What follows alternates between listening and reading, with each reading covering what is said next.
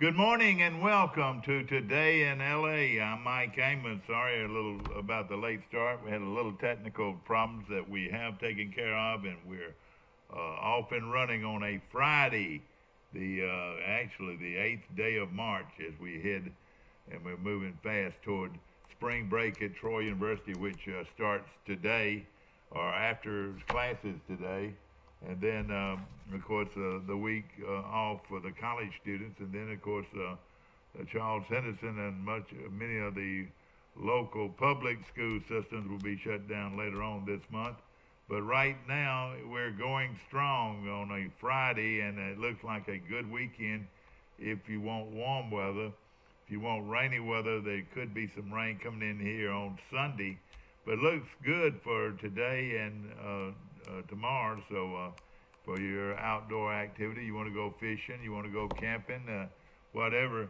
But now what will happen, though, will be on Friday. You can look for some stormy weather in our area. But right now it looks like Saturday, we're going to miss out on Saturday. It might go into late Saturday night. At least that's what my weather guy says. But heavy rains are expected on Sunday. Hope that you're enjoying our show this morning as we get a late start. Of course, a lot going on in our community, a lot of sports activities going on. I hear that bell ringing and nobody picking up, evidently. But hopefully they'll be picking up and we'll be transferring that line on into our spot right here on Troy Cable. We're going to you live from our studios on South Brundage Street in Troy, Alabama.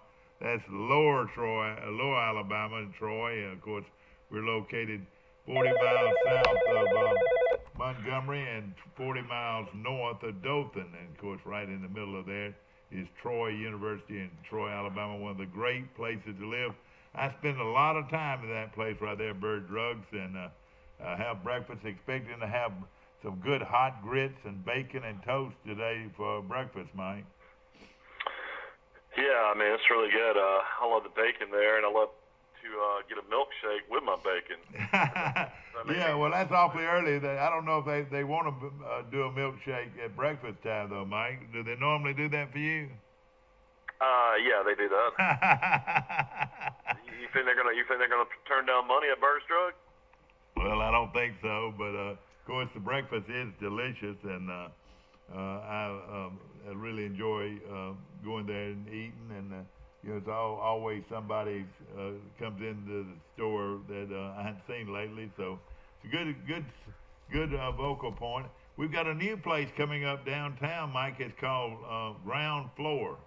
It's a new coffee shop with all the coffees and the hot chocolates and a great place to go and gather. It's called Ground Floor, and it will be opening its doors later on this month.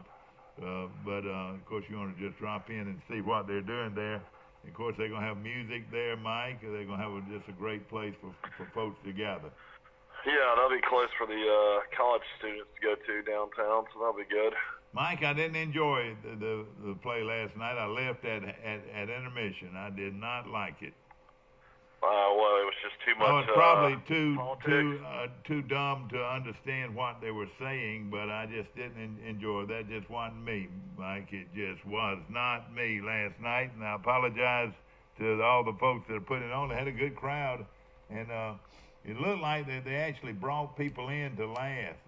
I might be wrong, but there were some kids up on the first few rows that really made a lot of noise.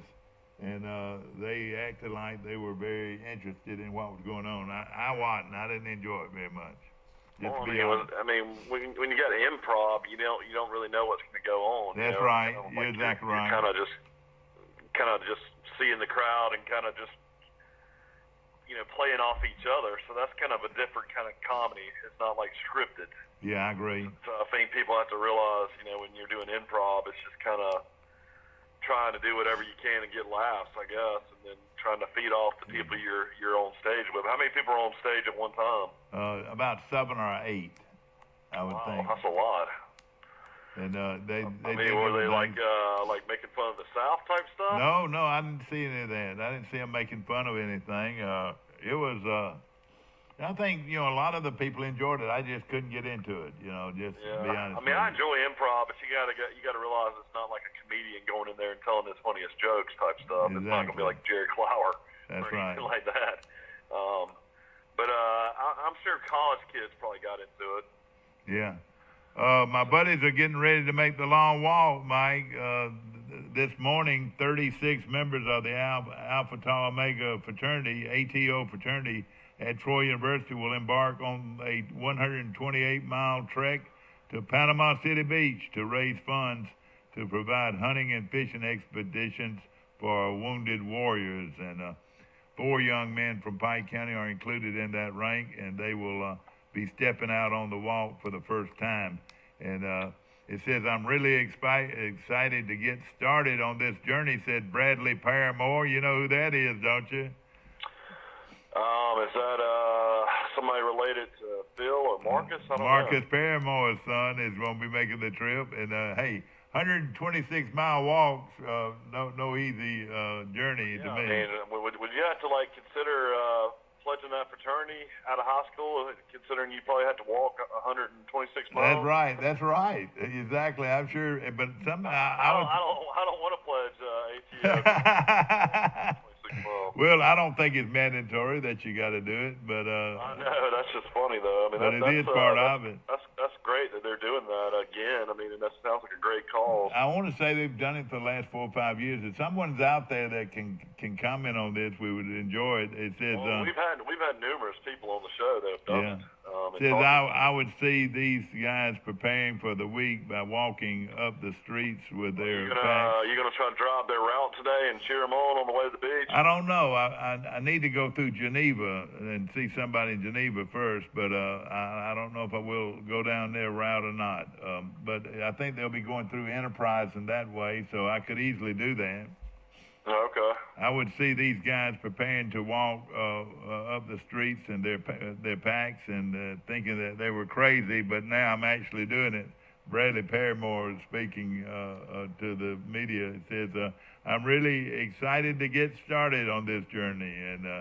And of course, you know, his dad, Marcus Paramore, one of our city leaders and city council members, and I know he's proud of his son this morning. I would be proud of you, son, if you were willing to take that as one of your, what is it, philanthropers, or what do you call it? Philanthropy? Yeah, that's what this is. This is one of the ways they make money. Yeah, I'd probably, make it maybe about 10 miles. I don't know if I could make it any more than that. The Troy native. I'm talking about in the physical condition I'm in now. ADO has participated in the walk hard for Heroes for the past decade. They say the trek to the beach is the fraternity's biggest philanthropy event to raise money for Jeep Sullivan's Wounded Warrior Outdoor Adventures, a local nonprofit organization. Troy native Patrick O'Brien said it was that cause that made him want to get involved. What Jeep has done has changed the lives of a lot of young people, and I just wanted to do something to help. Brian Redmond of Goshen said the walk is a chance for him to give back to those people who have served, and he says I didn't choose the military route for myself, so I feel like this is a great way to give back to the people who have served and suffered. And of course, Redmond said some of those people are really broken down, almost to the last straw. And Jeep has offered a way and a hope. And Paramore said he knows it will be will not be an easy journey, but he says, I know there will be hard parts, and I look forward to the experience. I mean, I know friends that have ridden bikes to the beach. I've always heard stories like that. I know Fox Williford rode a bike to the beach one time. I don't know how many people. Didn't you say you had friends that did this? They walked to the beach, or did they ride bikes? No, I don't have any friends that I grew up with that did that. I had some friends that walked to Montgomery. You said you had friends that walked to Montgomery. That's right. Kerry Green and Johnny Teal and I want to say Herman Youngblood and back in the 60s walked Montgomery from Troy, which I thought was quite an experience.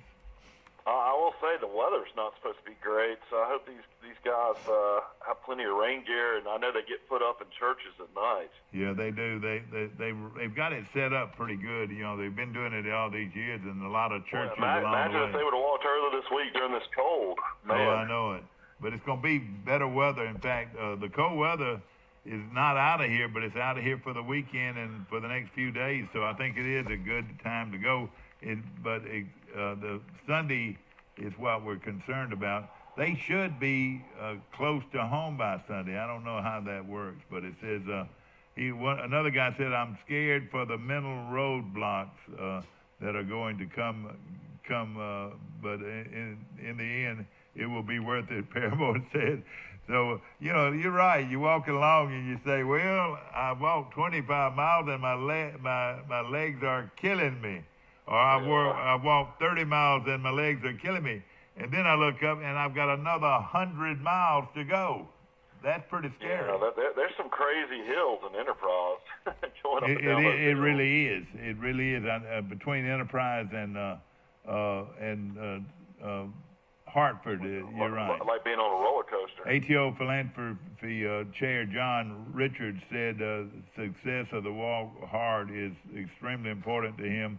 We came at it all from a different angle this year. That there was a lot of pressure on me, Richard said, but I am really ready to go and looking forward to it. We are stoked to get this journey started.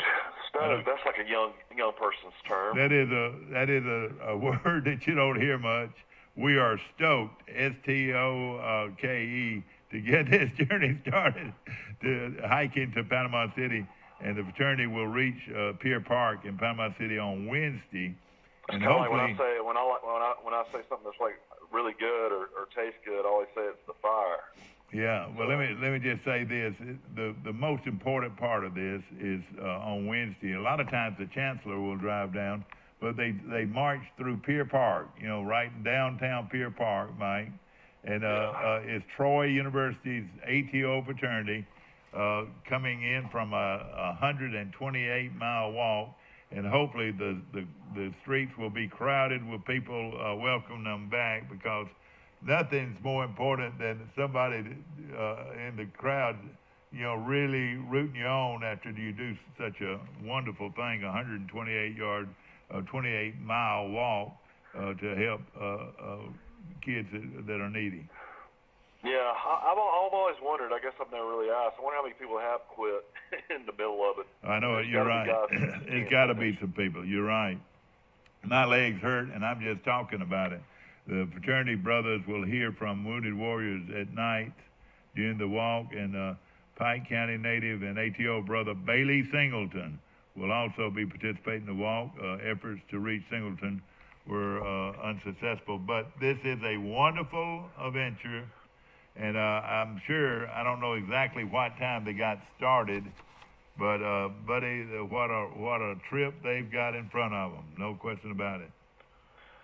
Well, the Trojan women won big last night. They beat Appalachian State by 30 points, so that was a nice win for them. They're now 21-7 on the season, 12-5 in the Sun Belt. Unfortunately, our men's team fell again. Even though the Troy Trojans.com said they were edged by Appalachian State, they were losing by 20 most of the second half, and actually only got beat by 8. But wow, what a horrible end to a season in men's basketball. This has just been heartbreaking to see. And then Coach Cunningham says in his post-game comments, we're just not at a mental state to win right now. So they shut it down they shut it down after Saturday. Is that right? Well, they've shut it down for the last 7 or 8 games. Is this the last game? Was last night the last game?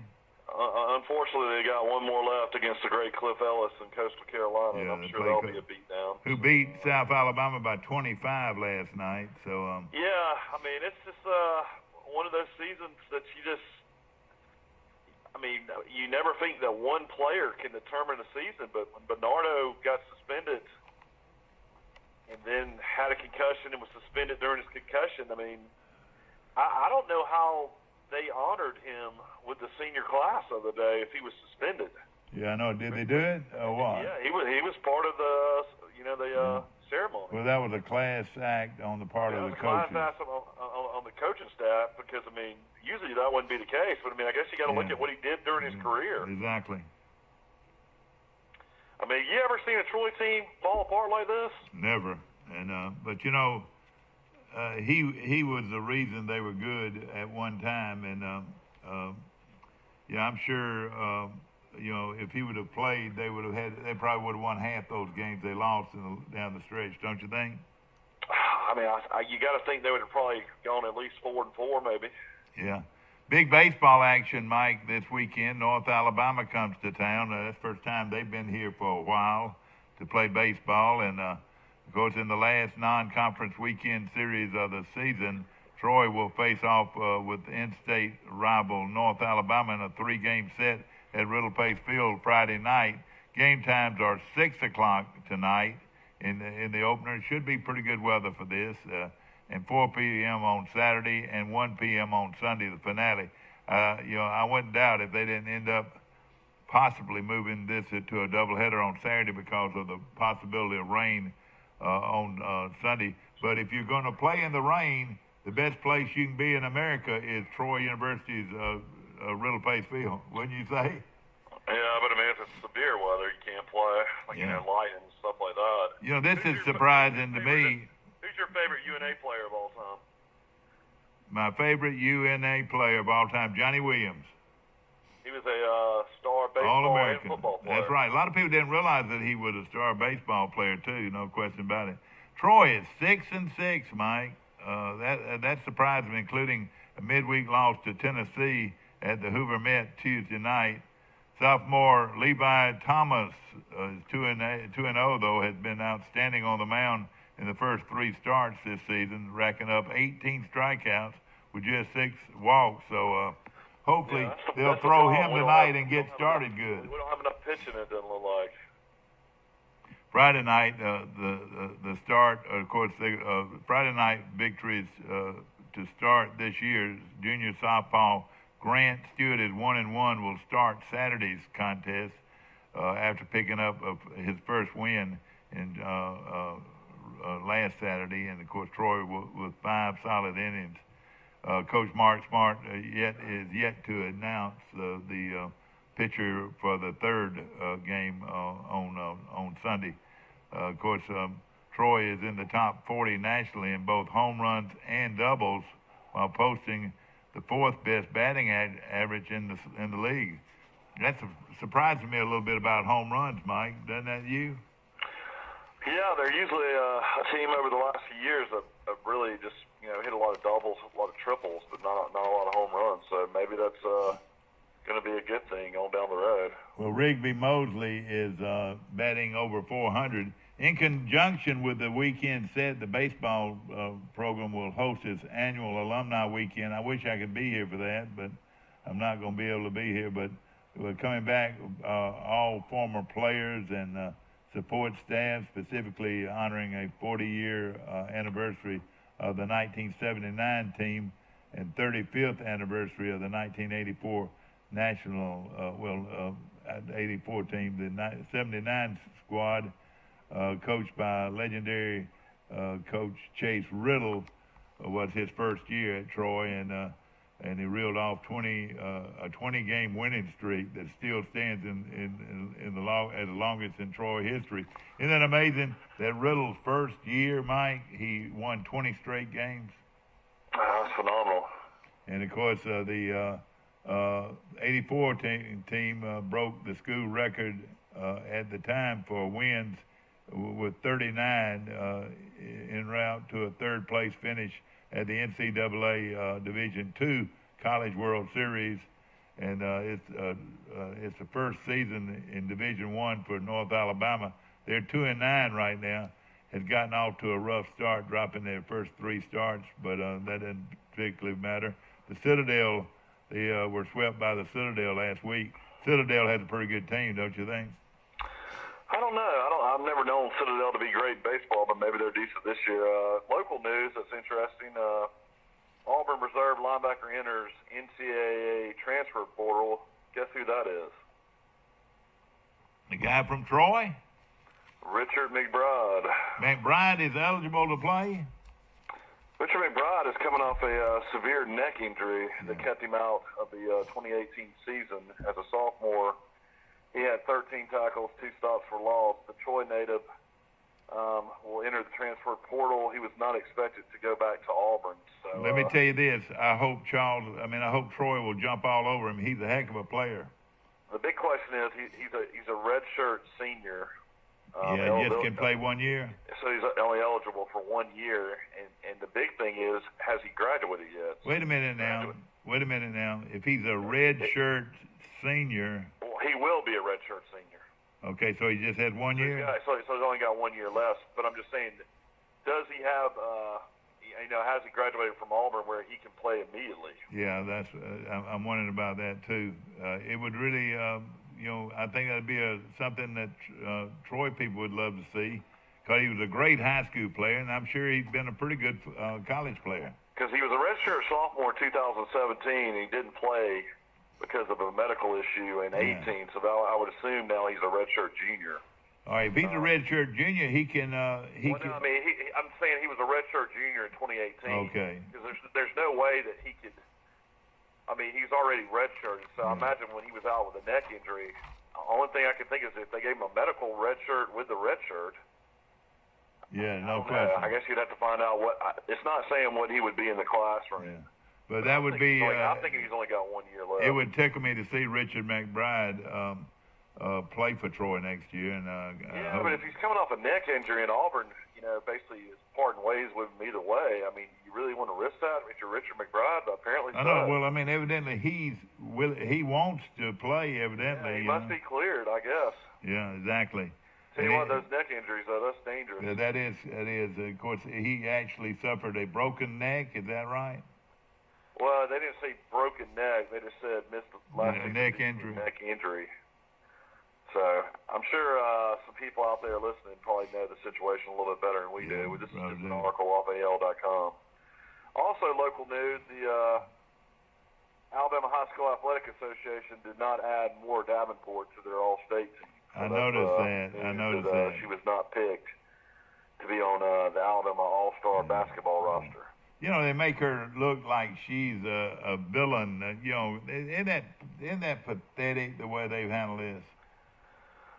Well, I mean, this girl, I'm sure did not know anything about what was right or wrong, but she was representing her country in an event that should make the Alabama High School Athletics Association feel awfully proud to have. I want to say she was the only high school girl on that team, Mike. Yeah, this is the Alabama High School Athletic Association announced the roster for the 2019 North-South Basketball All-Star Game, which will be played in Montgomery. The players, All-Star boys, will be Kobe Brown, Lee Huntsville, he's signed with Texas A&M. We got Karante Gardner out of Buckhorn. He's undecided. Deontay Gordon out of LaFleur is going to Wichita State. Oh, boy. Brandon Nicholas out of Mae Jemison's undecided. LaLon Johnson, Hillcrest Tuscaloosa undecided. Austin Leslie out of Westminster Christian, 6'4", undecided. Justin Minter out of Winona, 6'4", undecided. Desmond Robinson, big kid out of Lee of Montgomery, 6'8", going to Murray State. Cameron Tucker out of Winona, undecided. Jacon Wilton out of Carver, Montgomery, 6'6", going to Georgia. Trendon Wofford, of course, he's the phenom star out of Mountain Brook, undecided, but looks like he might be going to Duke. Are you serious? And then Troy has a guy that's going to be an all-star named Desmond Williams out of Brubaker Tech, 6'1" guard. He's committed to Troy. Oh man, he's supposed to be a good one, and they feel. I don't know though. I don't know what's going to happen here. A lot of it's going to be determined on if the coaching staff will be back or not. Hopefully they will be, and this player can come. The girls have their All-Star game, and there's a girl named River Baldwin out of Pleasant Home, 6'5" center. That's right. Going to Florida State. That's right, no question about it. And she's staying south, and our girl. Maury Davenport is going to Rutgers to play up in New York. A lot of people are. I wonder who helped her make that decision. I just. A lot of people are wondering though if she'll still go to Rutgers because Vivian Stringer has had to step down due to an illness. Oh, really? The coach has had to step down. You're right. Yeah, due to stress and fatigue. Yeah. So I guess she'll still go play for her, but. I wonder, can she get out of that contract, or has she signed the contract? I don't know how that works. I don't either. But a lot's still up in the air. I would love to watch Maury play for Troy. Wouldn't that be something? She'll never go to Troy. But I know, but a girl like her could really give Troy an opportunity to be pretty big time, wouldn't you think? Well, that's the only way you can compete with the big boys or the big girls, I guess, the bigger conferences, is if you had a dominant inside player. Yeah, no question about it. That's the biggest thing you see difference-wise. But, there's so much, difference in an SEC team compared to a Sun Belt team. Look at Troy when they've been in the NCAA tournament. What have they been beat by, 40 to 50 points? Yeah, I know it. It's just not even close. Isn't that amazing?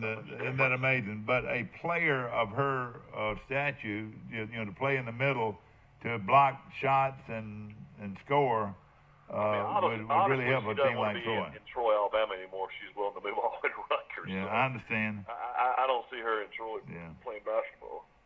Well, I tell you, it's really been something I'm sure that her family and her have had to go through, and doing something that actually should have been applauded by the Alabama High School Athletic Association. To have a girl, in fact, I think she was the only high school girl on that team. There was 2 other ones. There's 3 altogether. All right, it was 3 altogether, but 3 out of the whole country to represent the United States of America in a championship tournament in New Mexico, or Mexico City. Yeah. Mike Amos is calling in from Birmingham this morning. Mike, what a great new car dealership we have in Troy. It's called Premier Dodge, Chrysler, Jeep, Ram trucks on the bypass right here in Troy. They got the biggest sale of the year going on, and it ends on Monday, March the 11th, where for $200 for every car sold, they're going to give the Pike County Elementary Schools $200 for every car they sell all the way through March the 11th. And they've got some great deals going on. Pike County Elementary School? Yeah, exactly. All the Pike County, that would include Troy, all of the schools, elementary schools in Pike County, you'll be able to designate where you want your $200 to go. I would also like to say this. How about this? If you're having a hard time finding money to buy a car, how about $29 down? Take home $350 a week. You can be approved today. If your take-home pay is $350 a week, you can take home a car for $29 down, and your payment would be $99 per month. I think you can afford to buy a car from Premier, don't you? Yeah, probably so. Dodge, Chrysler, Jeep, and Ram trucks. Practice starts today at the University of Alabama. Of course, Alabama lost They 7 do it. Underclassmen going early to the drives, and that's not counting a lot of great senior players. So. All right, now correct me if I'm wrong here. It's the craziest thing in the world, and Saban does it every year. They'll practice today, and then they'll be off for spring break, and they'll come back in a week. Now, is that true? I don't know how the schedule falls. I'll have to look. I know it starts today, though. I know it starts today, but that's what he's been doing since he's been there. And I know that sounds crazy, but you practice one day on Friday, then you go to the beach for a week and come back. Isn't that right? They have done that before. You're all right. And of course, again, I want to mention somebody today, Mike, a young lady I watched her entire career at Goshen High School, and I was thumbing through the messenger today, and of course, Goshen lost a tough one yesterday to the Arrington Purple Cats, and the Purple Cats just keep moving on. But a young lady I watched, one of my favorite young players that I watched play ever since she was a seventh or eighth grader, Kate Warwick, Mike, was a perfect 4 for 4 with 2 RBIs in Goshen for Goshen against Arrington on Thursday night. Of course, the Eagles lost a heartbreaker. Well, of course, they trailed 4-3 heading into the top of the seventh inning, but gave up 5 runs. Lexi McClendon got the start for the Eagles and pitched a complete game and allowed 12 runs on 9 hits. Again, Kate Warwick was 4 for 4 with 2 RBIs and 2 runs scored in a losing cause. But it's good to see these girls play good softball.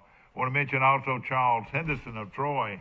Girls lost a heartbreaker, but Charles Henderson boys came back, Mike. They were down to the final 2 outs. The Charles Henderson Trojans battled back to get a 10-9 win and a big area win over Eufaula on Thursday night. The Trojans entered the 4th inning trailing 2-1. I thought Eufaula was 6-0. Well, that's right. I apologize. You're right. So it wasn't an area game. Normally it would have been in other years past. It was the Trojans entered the 4th inning trailing 2-1. A 5-run fourth gave the Trojans a 6-2 lead. Christian McCall scored the first run in the 4th for the Trojans on an error by J.B. Sanders. Came up next and hit a sacrifice fly to center field line. Big Keontae Brantley, Mike, he's a huge kid. They can't play football because of a medical problem, but boy, would be a great one to score their 3rd run. Brock Henner, that name sounds familiar, doesn't he? Single in Caden Bryan for the Trojans' 3rd run. Lawson Scarborough, Frank's boy, finished off the scoring threat with a 2-run single, giving the Trojans a 6-2 lead. The Tigers came storming back, and they scored 7 unanswered runs after they scored 3 in the 5th and 4 in the 6th, and they went into the final inning leading the Trojans 9-6, but down to their final 2 outs. Here it is. The Trojans mounted a comeback of their own. Charles Henderson's first run came when J.B. Sanders reached on a throwing error, allowing Cade Bryan to score.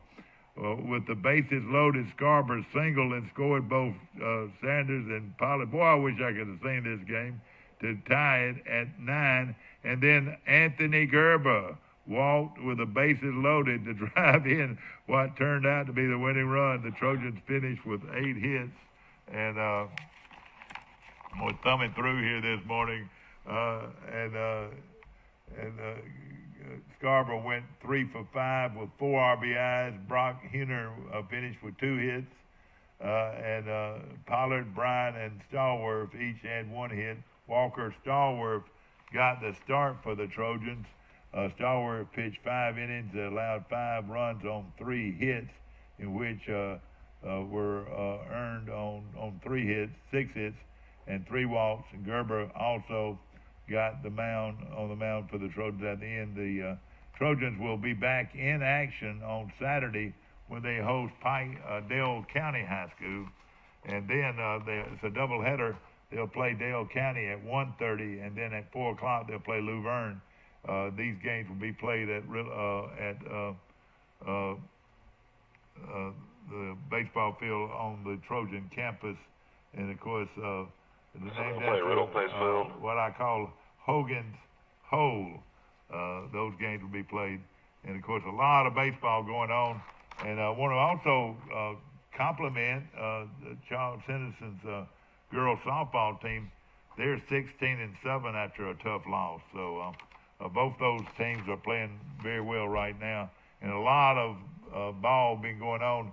When there's a game at Troy with softball, Troy University, Then there's a softball game just a few hundred yards away at the high school, and then a baseball game a few hundred yards at the high school, and then a baseball game at Troy University just a few hundred yards up the hill. That's a lot of ball going on, wouldn't you say? Yeah, it's a baseball crazy town. You know, I was staying in Troy one night not too long ago with my family, and we pulled into downstairs, and just from the driveway downstairs, I heard a baseball game going on at Riddle Pace Field, and then I heard another one going on at the high school at the same time. Yeah. So. Now let me throw something else in. A soccer game going on at the high school, and all of this is happening at once now. Soccer game going on at the high school, and then another soccer game going on at Troy University. A track meet. A track meet was going on last night, and then the Lady Trojan basketball game was going on. We had 3 events going on in the last night. So can you believe all that going on at one time? I saw where the high school's getting a new football practice facility. They sure are, and they're doing it right now. And loads and loads of dirt. I don't know where they're getting the dirt, but they're really bringing. They're going to have a nice practice field adjacent to their. I mean, having a new practice field their football complex. Better in football, but I mean, I guess it's going to be good for the players. Well, it will be. Instead of having to bus them over to the stadium every day to practice, that's what they were having to do, Mike. Yeah, because I guess the softball field took away the practice field. Well, yeah, and then of course the band practice field, which is very nice. It's band's practice field was always the nicest at the school when I was there. Oh yeah, people here in Troy, many people, most of the people. I actually had shade back there. 80% of the people in Troy have never seen that practice field, and it is like you said, very nice. You'd have to go to school there. And of course, that's where the band building is, and is behind Charles. Right next to where the brake check was. That's where that field was.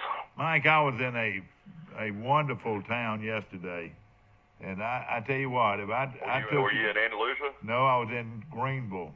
If I took you for a ride in Greenville, Alabama, and showed you all the beautiful subdivisions and beautiful homes, especially the old homes, they have kept their old homes in good shape. And the old homes are beautiful. The new residential areas are beautiful. Greenville, Alabama, and then you ride out to the Robert Trent Jones golf course, and you have lunch. Is there a lot of pretty homes out there? Mike, yes. There's getting to be a lot of people moving out that way. And, of course, it is next to none. I mean, it's like, I'm telling you, people are going to laugh when I say this, but I don't know if there's a better-looking golf course in the country than the Camden Ridge. It gets voted top course on the Robert Trent Jones golf course. It is fabulous, and it's in Greenville, Alabama. And, of course, Greenville has brought in... Greenville's already got one thing that Troy doesn't have that I wish Troy had, and that's the Cracker Barrel. Well, they got a Cracker Barrel, and they got a multi-theater, big modern multi-theater complex there, too.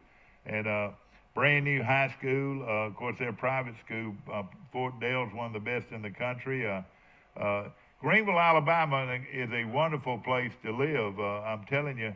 And a lot of the people that live there, you wonder, say, well, where do they work? Where do they work in Greenville? Well, what they do, most of them, a lot of them are large Montgomery. Drive to Montgomery. It's only 30 minutes. It's a 30-minute drive from Greenville to Montgomery, and a lot of people work up there. But I'll tell you right now, if you want to see a beautiful city, and, of course, they've redone and they've kept their downtown district going, and a lot of old established businesses there. But they've got the old churches, and a lot of beautiful old churches are still there in the same neighborhoods. And I'm just telling you, I was very, very impressed with Greenville. Sounds like you want to change over, man. You were ready to move to Greenville? The Tiger, but you know what? But they're satisfied with their football stadium, and that's the ugliest football stadium you'll find anywhere. But they win there. Yeah, they still play football at the old old Tiger Stadium, which is right next to the old high school. And of course, the new high school is out on the bypass, and they have a building, indoor facility like. Yeah, they have an indoor practice field. Sure do, and they have a good program there. And of course, it's just a good town with a lot of oneness in it, and a lot of beautiful old homes and beautiful new homes. Mike, we got in a numbers count. And of course, Troy's a lot bigger town than Greenville. They would have more fine homes than Troy. They've got a lot of beautiful old. Were you over there for a and tour you know, university? Ozark is about the same way. Ozark's got a lot of beautiful old homes there too. You know, we need to take care of our older neighborhoods like West College Street, like Hillcrest, and I think a lot of good groups of people are moving into those areas. Old Troy is still one of the real things. pretty. I guess that's the difference. You know, is that Troy is a university town. Troy Yeah. would have probably been just like a Greenville. Yeah, exactly. Our Andalusia, you know, Troy, our Enterprise. You know, Enterprise got more people in Troy, but they don't have near what Troy has as far as things to do and places to go. And Well, Enterprise is so big because of Fort Rucker. yeah, exactly. But you know, that's been happening a long time. Why did they go to Enterprise instead of Carroll of Ozark? Carroll of Ozark's a beautiful school. Of course, Enterprise had one of the top schools maybe in the country, wouldn't you say? Enterprise is like a college almost. Well, we're bragging on everybody this morning, but I tell you, I saw Bobby Terrell. Cable in Greenville right now. This is a good. Bobby Terrell took me for a ride around Greenville. Of course, he lives in a beautiful old home right there on Fort Dale Avenue, and of course, like you said, a lot of name brand restaurants are moving in there because it's on the interstate. That has a lot to do with it. They got a Wenzel's too. Yeah. They have a Wenzel's, exactly, and that's where we were going to eat, but we decided to eat out at the Trent Jones facility. And I bought a visor, Mike, you would love. They have one of the nicest. I mean, let's just say this: their pro shop, big time. I mean, big time. And in fact, a lot of the golf courses on the tour, hear this: a lot of the golf courses on the tour cannot compare with Cambrian Ridge in Greenville, Alabama. Well, I'm going to have to say I'm going to stick to my master's visors, though, man. I don't know if anybody can beat the master visor. Well, and we'll put in an order with Will Matthews and try to get you some good ones. My go-to walking cap is a master's visor. That's what I wear everywhere. Mike, you're sitting there in Tuscaloosa, but when you hear of I'm in Birmingham. I'm in Birmingham. When you hear of good softball teams in South Alabama, what is a little town that seems to always be good in softball? Do you know who I'm talking about? Zion Chapel's pretty good. Zion Chapel's pretty good, but not as good as this team. You drive through it a lot of times. What is the name of the town? Sampson? You're exactly right. They're great in women's basketball. Yeah, exactly. They're good in basketball. They've got good coaching. Geneva's the same way. They've got good coaching, and so does Geneva County High School of Hartford. A base clearing double lifts Sampson to a 5-3 win over Troy. Can you believe that? The Trojans allowed a base clearing double in the top of the 7th inning. Don't you know that was a heartbreaker? And fell in the in-state rival Sampson 5-3 on Wednesday night in Troy. The loss dropped the Trojans to 16-7, Mike. They're off to a great year. Annie Willis got the start for the Trojans. The sophomore pitched the first innings for the Trojans. She allowed just 2 runs, one of which was earned on 2 hits. Are they coached by Robin Snyder still? I think he's still the coach. I'm not sure. But that was a tough heartbreaker. The Trojans will be back in action Friday when they begin conference play. Excuse me. That was Charles Henderson will be back in action this weekend. And, of course, a lot of good interesting article today on AL.com. You might know some of these names. These are 22 notable multi-sports athletes in SEC history. Who would you think some multi-sport athletes in SEC history would be? Bo Jackson. That's right. Bo Jackson played football and baseball at Auburn. Donnie Kissinger. And ran track. Donnie Kissinger. How about a guy named Billy Cannon? Billy Cannon. What else? He ran track. Yeah, he ran track, didn't he? He ran track and field. was this good running the 100-yard dash at 210 pounds. He ran the 100-yard dash at 9.4 seconds. That was real fast. That was world-class speed in the 100-yard dash, 9.4. And, of course, he was known for the great punt return against Ole Miss that won the ball game for them. And he's a Heisman Trophy winner. Yeah, and, of course, he was a great one. And this guy, and we talk about a lot, Dauphin native Richmond Flowers broke many hearts in his home state when he spurned Alabama for Tennessee due to part of his father's political rivalry with Governor George Wallace.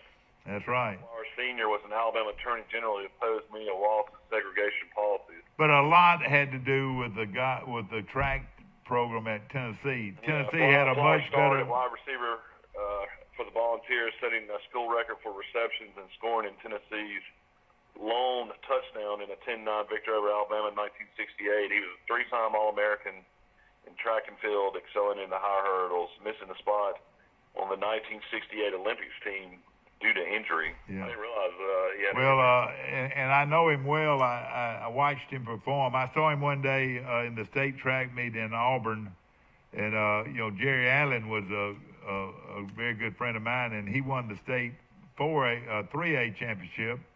And Flowers ran the hurdles in 4A. Well, in a 4A matchup, in the 120-yard high hurdles, and this was on a cinder track at Jordan-Hare Stadium, he fell flat on his face after the second hurdle. Everybody on the track passed him.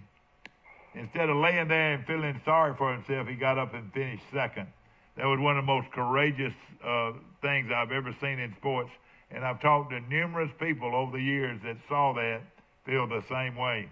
But now, he was not a great football player at Tennessee, but he was good when they played Alabama.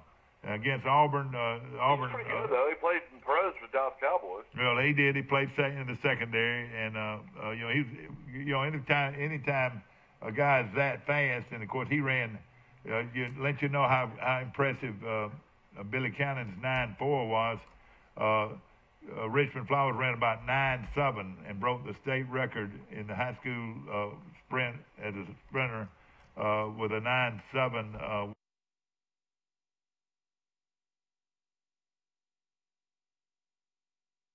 Way. Willie Gall played from Tennessee from 1980 to 1980 to 1982. He was part of the world record 4x100-meter relay team in the 1983 World Championships. He went on to play 11 years in the NFL. Yeah, you're exactly right. How about Jake Scott? I mean, not Jake Scott, but Jake Gibbs. Do you see a name like Jake Gibbs down there? I'm going through the list. He played quarterback. Gibbon at Ole Miss, was a rare basketball athlete, 6'4", All-SEC performer. There's a guy at Ole Miss named Jake Gibbs. That's what I'm saying. I said Jake Gibbs. Yeah, All-American in both football and baseball for the Rebels. He played with the Yankees in baseball. He was a quarterback in football. That's right, yeah. How about Austin Red Robbins, Mike? He was a SEC Player of the Year. He was a three-time All-SEC pick and All-American in both 60 and 61, batting .384 for his career. He played 10 years the New York Yankees, mostly as a backup catcher. Yeah, backup catcher to Yogi Berra. That was pretty hard, wasn't it? There's another guy named Donnie Kessinger, Mike, that was a shortstop. He might be on the list. There's 22 guys. I'm surprised. I didn't realize John Hanna was on this list. John Hanna was a wrestler. He was a thrower of the shot put in the discus at Alabama in the early 70s. And another thing, he was a great wrestler, too. He was a wrestler, yeah. Yeah. And he was on here. Of course, he's considered the greatest offensive lineman of all time. This guy was a great baseball player, and he actually played backup quarterback at Tennessee, Todd Helton. Yeah, I remember him. He played for Colorado. Yeah, played for the Rockies, hit 370 home runs. Oh, yeah, he was a great player. No question about it. Now, this is a local connection here known as the Phantom of Union Springs. Who's that? I'll tell you. Hold on a second. I'll tell you. It's he was the award ceremony. Played at Auburn in the Yeah, that's right. Hitchcock. Jimmy Hitchcock. Jimmy Hitchcock. Halfback was an All-American, led the Tigers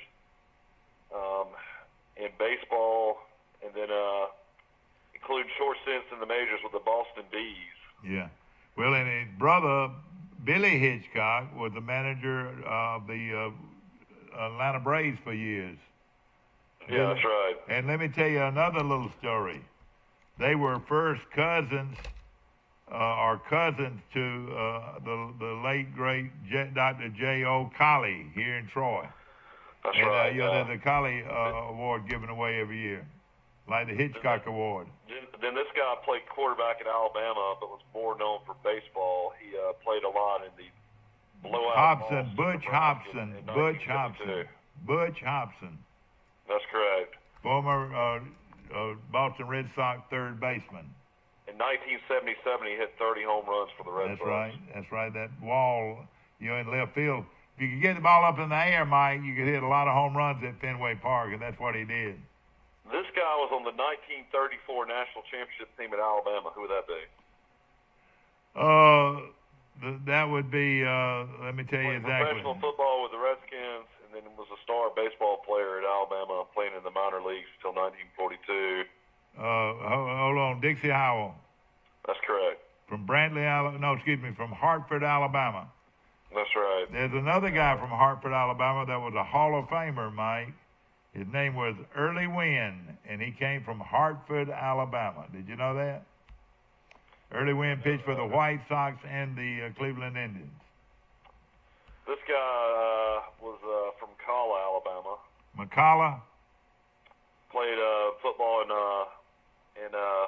Major League Baseball, NFL with the Raiders, and played baseball with the Royals. Hold on. Well, that was Bo. that was Bo Jackson. That was Bo Jackson from out here at McCalla. Yeah, you're right. And then this guy played for Auburn and was an all-SEC performer in both football and baseball. His name was Jim Pyburn. Knew him well. Knew who he was well. He was a great one. He and Frank Sadler. Auburn teammate, longtime friend of Vince Dooley at Georgia. Auburn, yeah, okay, I got you. He coached at Georgia and coached at Auburn. Is that who you're asking me the question? Who it is or who? No, you got. We already said his name. Okay, Jim Pyburn. Yeah, that's interesting. This guy played at Alabama. His name was Football Freddie. Played at Alabama. Played in the 30s. Oh, okay. I might not know that. Freddie. He spent 6 years in the majors as an outfielder with the Washington Senators and the Brooklyn Dodgers. Hold on a second, Freddie. Before working as an SEC football official for 20 years, Fred Sinkton. Oh, Fred Sinkton, yes, sir. I knew his Fred Jr. pretty well at one time. This guy was one of the greatest quarterbacks in Alabama history. He was drafted in 1966 by the New York Mets. No, 1966 by the New York Yankees, 1967 by the New York Mets, and 1968 by the Houston Astros. Kenny Stabler, you're right. He would have been a Hall of Fame baseball pitcher, Mike. He was left-handed, and you know he had to throw hard, you know. And then this guy is named the Big Hurt. He's in the Major League Baseball Hall of Fame.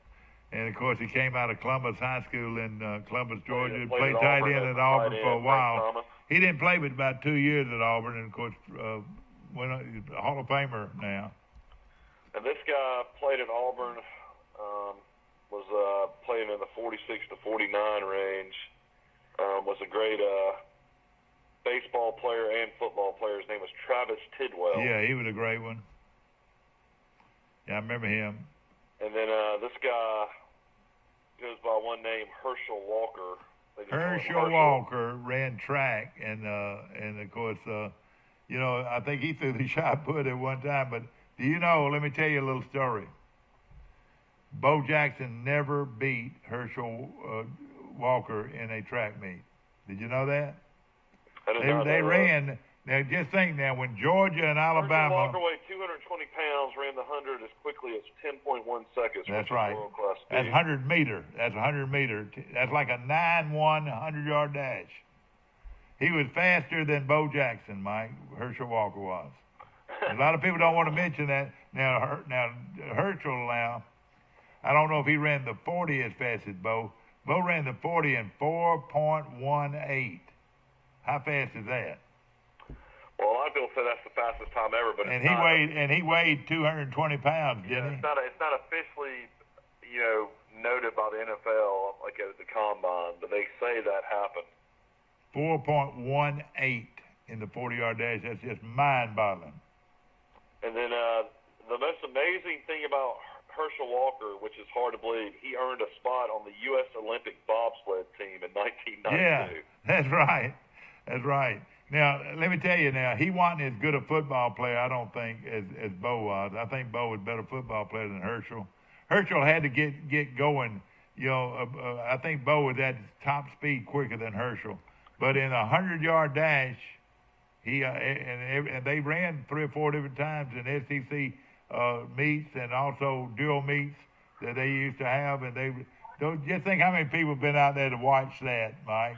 Watch Herschel Walker. A lot of people don't realize, Herschel followed the money and played in the USFL. That's right. He played for Donald Trump's team in New Jersey. And then he ended up playing 12 years in the NFL. And a great person. Over Herschel. What now? I would take Bo over Herschel. Well, I think Bo was a little bit meaner than Herschel. I think Bo could be pretty mean when he wanted to. And just think of the pressure that Bo had to excel.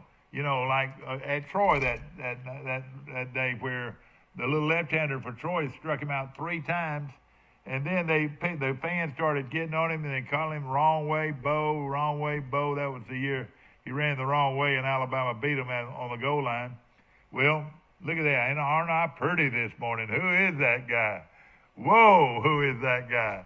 I'm looking at the TV screen, and evidently we've got a color problem.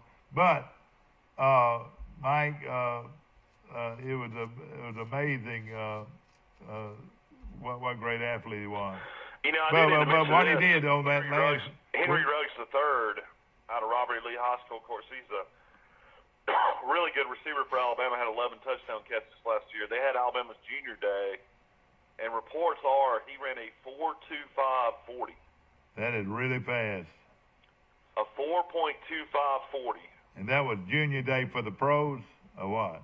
Yeah, for the pros that were there. So man. NFL scouts are drooling to get a guy there. Mike, we've got a real problem on our TV set this morning. It's something green. I don't know. I'm not wearing green. I'm wearing blue and purple.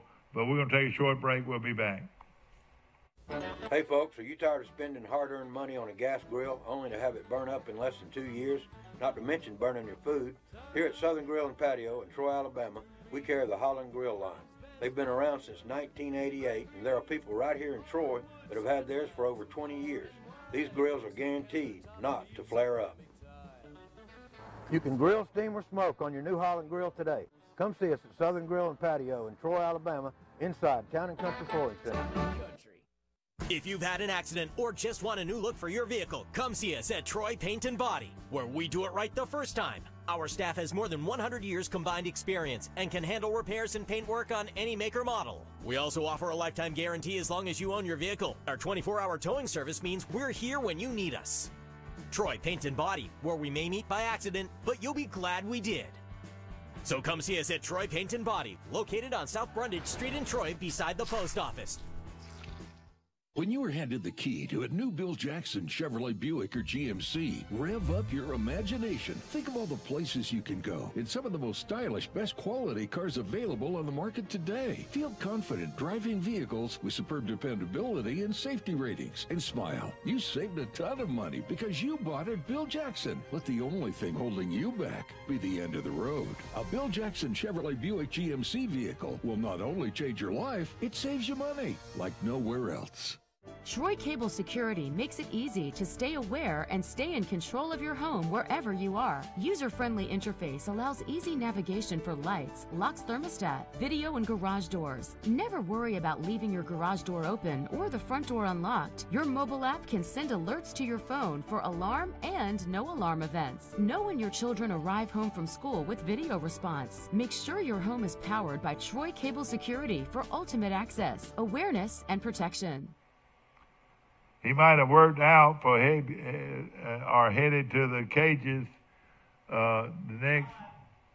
Back to our show, ladies and gentlemen, and I hope that you've enjoyed it so far. All-Star Collision Center on the bypass, and Derek Bill and all the great folks out there. Max Federal Credit Union, and ladies and gentlemen, looking for a place to put your money. How about Max Federal Credit Union on the bypass right here in Troy? Want to mention, of course, our good friends at Dixieland Dental, located 9 miles north of Dothan on Highway 231. Dr. Michael Precise, Dr. John Strength, Dr. Damon Strength, and Dr. Robert Precise make up one of the largest dental clinics in Alabama. They're one of our top supporters on our show. I was going to mention the Arnold Palmer Invitational is going on down in Florida right now. In contention is Bubba Watson. He's 1 shot back. Tommy Fleetwood's 1 shot back. Billy Horschel's 2 shots back. Nicholson's 2 shots back. Graham McDowell's 2 shots back. So that tournament has already started this morning again, the second round of the Arnold Palmer Invitational. You've heard the name Cord, C-O-R-D. His name is Cord Sandberg, and he has spent 6 seasons playing pro baseball between high school and college. But he was once a 4-star quarterback headed to the SEC. Right now, he went to the minors right out of high school. He didn't play college ball. Yeah, I know that. That's right. Okay. All right, so he did. So he went to the minors. Baseball was Cord Sandberg's life only a year ago. He enrolled in classes at Auburn in August. When spring football practice begins on March the 18th, he'll be one of 4 quarterbacks fighting to win the starting job. But Mike, being away from football that long has got to hurt him a little bit, don't you think? You would think so. I mean, he's got to have great maturity, though, I would think, and maybe that's what Auburn needs. Their quarterback competition's wide open. I mean, that's one thing in Tuscaloosa. Tua's going to be the starter, and Jake Fromm's going to be the starting quarterback at Georgia. That's something Auburn's got to find as a quarterback. If not, Malzahn can lose his job. I think they've got 4 pretty good applicants for the job right now. I'll be honest. If Auburn goes 7-5 again, Malzahn's gone. Oh man, no question.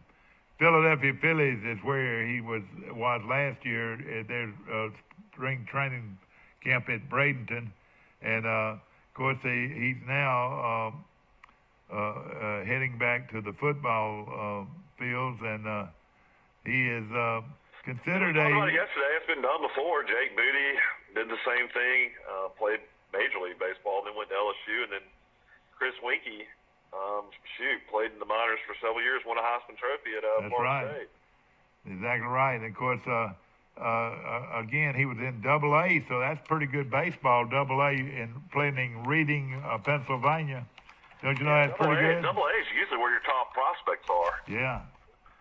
And, of course, it's got pictures of him now in a Auburn practice gear as Cord Sandberg throws during practice on December the 13th, 2018. So he was able to start practicing with Auburn that early, Mike. Yeah, he was there last year. But did he dress with Auburn? Well, no, I mean, he was there on the roster. Okay. So, I mean, right now, Chip Lindsey, the Troy coach, could tell you all about it. Exactly right. Right now, baseball was Sandberg's life only a year ago, but it might as well be a lifetime ago now. He enrolled in classes at Auburn in August, so he was on that, did practice with him in August, trading his bat and glove for a helmet and pads. And when spring practice begins on March the 18th, he'll be one of 4 quarterbacks trying to win the starting job. I tell you what, if he saved his money, I don't know when it said he was drafted, but he's probably got a lot of money as well. I bet he's got more. I bet he's got more spending money than most of them, and all the girls probably like him. Of course, junior Malik Willis, Mike, I would think is the number 1 guy right now, along with freshman, redshirt freshman Joey Gatewood and true freshman Bo Nix. Yeah, Bo Nix is already there. All these kids graduate early now. What are they saying in Troy about Marcus Jones and Tron Polson? Where are these guys going? I have no idea. I hear that Jones is going to West Virginia. I hear by a pretty reliable source that Marcus Jones is going to play for our coach at West Virginia. So Neil Brown will basically take one of Troy's best young players away. That's right. That's exactly right. That's going to burn some bridges with some fans that are. That will. I mean, real diehard Troy fans won't like that at all, and you're looking at one right here. Well, I mean, it's one of those situations, though. If you don't want to be here, go somewhere else. That's right. You don't want a kid that doesn't want to be there. I agree with you. And of course, he's from Enterprise, and when it's all said and done, he's a kid I think that had a chip on his shoulder and always thought he could play at the next level or a bigger conference. Yeah. He probably can. So well, I tell you what, as good as he is, he's going to have to sit out a year, though. As good as he is, he's still 5'8". You know what I mean? Which how many 5'8" guys do you see out there? Unless there's some exceptions. Well, you see him in college. You don't see many in the pros. Yeah. Of course, Sandberg was a 243 hitter in last year, Mike, or actually in the pros, 1,750 at bats. That's a lot of pro bats, isn't it? Over 496 minor league games from rookie to AA. The 89th pick overall in the third round in 2013. 2013. He was an 89th pick, man. That's pretty good money. I know it. I know it. At least, I'd say 500. But that was 2013. We're talking about a guy that's trying to be Auburn's football quarterback. No, but I'm just saying he made at least a signing bonus of probably 500 to 600,000. It doesn't say exactly what position he played, but he had 29 home runs, 173 RBIs, and 29 stolen bases.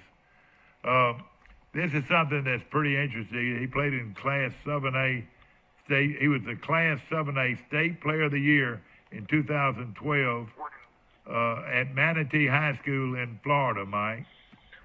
And he passed for 2,700 yards. Manatees, huh? Yeah, he passed for 2,700 yards and rushed for 600 yards, totaling 45 touchdowns.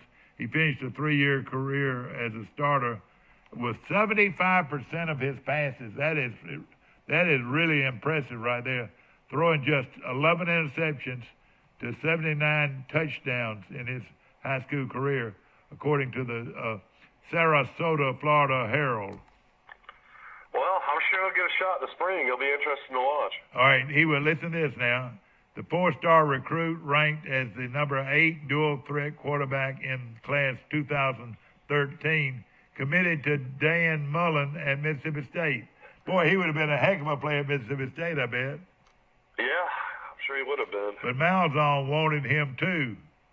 Talk about Malzahn. When I was coordinator, I recruited him when I was here. I think we offered him as a sophomore when he was recruiting. We were recruiting him as a running back.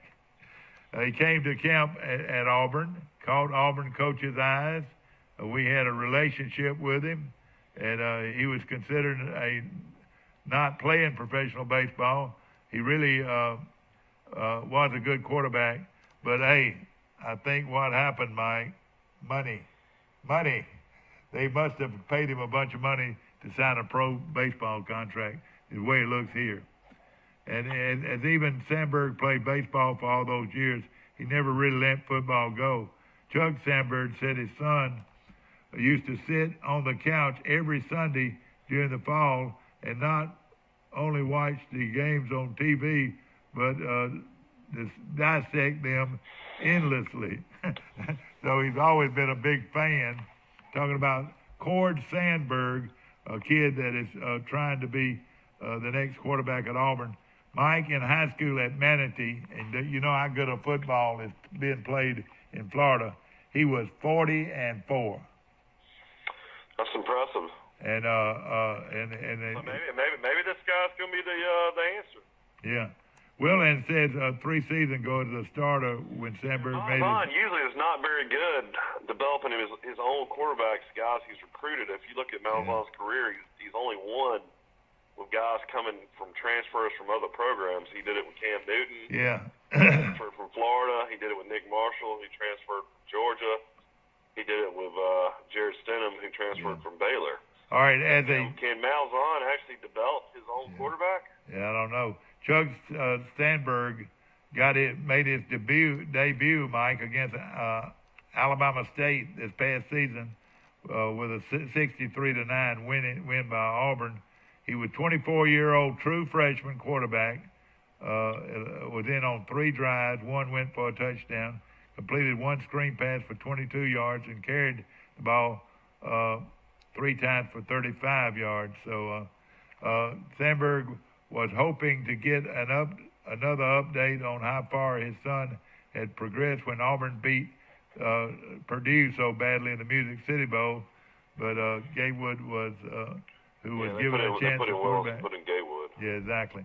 But here's that guy, and he's left-handed, Mike. He's a good-looking player. Well, it's going to be interesting to see what happens. I mean, as an Auburn fan, I mean, every fan that calls in the radio shows here in Birmingham, and I listen to a lot of them, I mean, they all want Bo Nix. Yeah. As a pure freshman. And, being the son of a former Auburn quarterback. And well, I mean, he's a winner, too. I mean, the guy. Very, very successful high school coach. Simpson. And you're right, I'm sure. Now, you talk about Birmingham, you know what they're going to say? They're going to call him the next Pat Sullivan. And out of all the great, Mike, his dad was a really good player at Auburn. I'm going to tell you this. Out of all of the great players to ever come out of Birmingham, tell me who you think they were. Well, I mean, probably number 1 would be Bo Jackson if you count McCullough. Okay, yeah, it's Birmingham. Bo Jackson. And then you would say Johnny Musso out of Banks. Johnny Musso out of Banks High School, which is no longer there. Johnny Musso was a great one. All right. You got Pat Sullivan. He played it with. Pat Sullivan would probably go down as Birmingham's most famous and most popular player ever. I would say Pat Trammell over Bo Jackson and Johnny Musso. Yeah, Bobby Humphrey and Cornelius Not Pat Bennett. Trammell, but Pat Sullivan. Who now? Bobby Humphrey and Cornelius Bennett were out of. Yeah, they were pretty They were good. great players. Bobby Humphrey and Cornelius Bennett. No question about it. Those right there would be 5 of the all-time greats right there. Yeah, I mean, that's other than maybe Willie Mays, if you want to say, hey, kid. Yeah, but I'm Willie Mays, talking about football. We're talking about football. Yeah. I mean, the Rutledge, Jeff Rutledge, is pretty good. And I tell you another one right behind Sullivan as far as popularity and being genuine is your radio station announcer up there. Radio station announcer, Stan White, yeah. No. Stan White? In the mornings in Birmingham, Mike. Oh, Jay Barker. Jay Barker would be very close if you had a vote of the most all-time great Birmingham players as far as popularity goes. He'd be in that top 5, I would think. Wouldn't you? I mean, Charles Barkley's from Birmingham, too. Yeah, Charles Barkley, yeah. He's pretty popular, too. No question about it. I mean, nationally, worldwide, more people know Charles Barkley than any of those other people. And, of course, Bo Jackson, Charles Barkley all came out of Birmingham. Of course, the great Johnny Musso was a very popular player out of Birmingham. Of course, there's been some great ones and out of Birmingham, and we probably could name a few more. Jimmy Seidel was a great one out of Birmingham. He was very popular. You could go on and on with them, but none more than Bo Jackson, Pat Sullivan, and Johnny Musso in football. I would think they would be considered the all-time greats to come out of Birmingham, Alabama, as far as being popular with the fans and really great players. Well, I mean, when it's all said and done, you got to look at Bo and Barkley. I guess, as far as nationally, everybody knows those names more than anybody. Yeah. Well, they got a new young golfer out there. His name is Rafa Cabrera Bella. He's been playing for a while. He's a guy from Spain. Well, I know it, but here's a guy from Spain I've never heard of. He doesn't ever win, though. He wins a lot of money, but he doesn't win a lot of tournaments. Oh, is that right? Yeah. Yeah. Of course, Alabama starts. It's kind of funny if you look at golf. Sergio wins the Masters. Sergio Garcia, and you never hear from him ever again. I know it. Like, he didn't even make the FedEx Cup last year. He was awful. Yeah, I know it. No question about it. But, of course, Alabama starts spring practice today. When does Auburn start? They start on the 18th, I want to say, which is next and then week. When's Troy start? Troy starts on about the Troy has spring break next week, and then they'll start that next Monday, which will do the, I want to say about the 18th. I would think it'd be about the 18th. So, yeah, it's going to be interested. I mean, I guess you would be able to know before most if Caleb Barker is going to participate in spring. I think that would be pretty interesting. Yeah, exactly. And, do you want to take a chance on him hurting his knee again? I know, but if you're in his situation, you feel like you got to fight to win your job back. You're exactly right, but let me tell you, one big factor. Coaching staff's totally different set of eyes, and also in the press conference. Exactly. Chip Lindsey said he recruited Sawyer Smith when he was at Southern Miss. Yeah. And of course, Barker, with his great speed, after this knee injury, will he continue to have that kind of speed? Now, he told you and I that he thought he was actually stronger than he was before he got hurt. Yeah, that's what he said. I mean, you never know. I mean, once you have a severe knee injury, how you're going to come back. Some guys don't come back at all, and then some guys are better than ever. Exactly. And he's also, one of the things that we're going to look back on is why in the world did we redshirt him, I know. That's the gosh. that he's only going to be, wouldn't that be he's something? going to be a senior. I know, he's barely been there. Wouldn't that be something we knew we had him for the next 2 years? No question. But we do have him next year. Smith looked great in games, and then he looked very average in games. Like if you look at the Texas State game, he was below average, and then if you look at the Liberty game, he was just pure awful. And then you look at the other games, and he threw almost for 300 yards a game. I'd like to look at that and see how in the world. I thought by accident we could have beat Liberty. You know what I'm saying? Playing terrible, I thought we could beat Liberty. Well, I mean, especially, But you better watch them in the near future now. You better watch them now. Consider we win at Nebraska. Yeah. And we can't beat Liberty at Liberty. It's pretty hard to believe. No question about it. Of course, ladies and gentlemen, we came on a little bit later today than usual because of a few technical. We're going to be with you for a few more minutes. Of course, we appreciate our sponsors so much. Of course, Trojan Detail, my good friend Jeffrey Bennett today, and a great man, and we appreciate Wiley Sanders Truck Lines being one of our sponsors.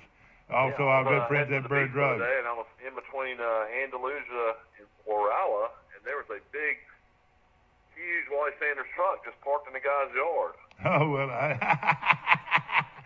sometimes they need to pull over and rest for a while. I reckon.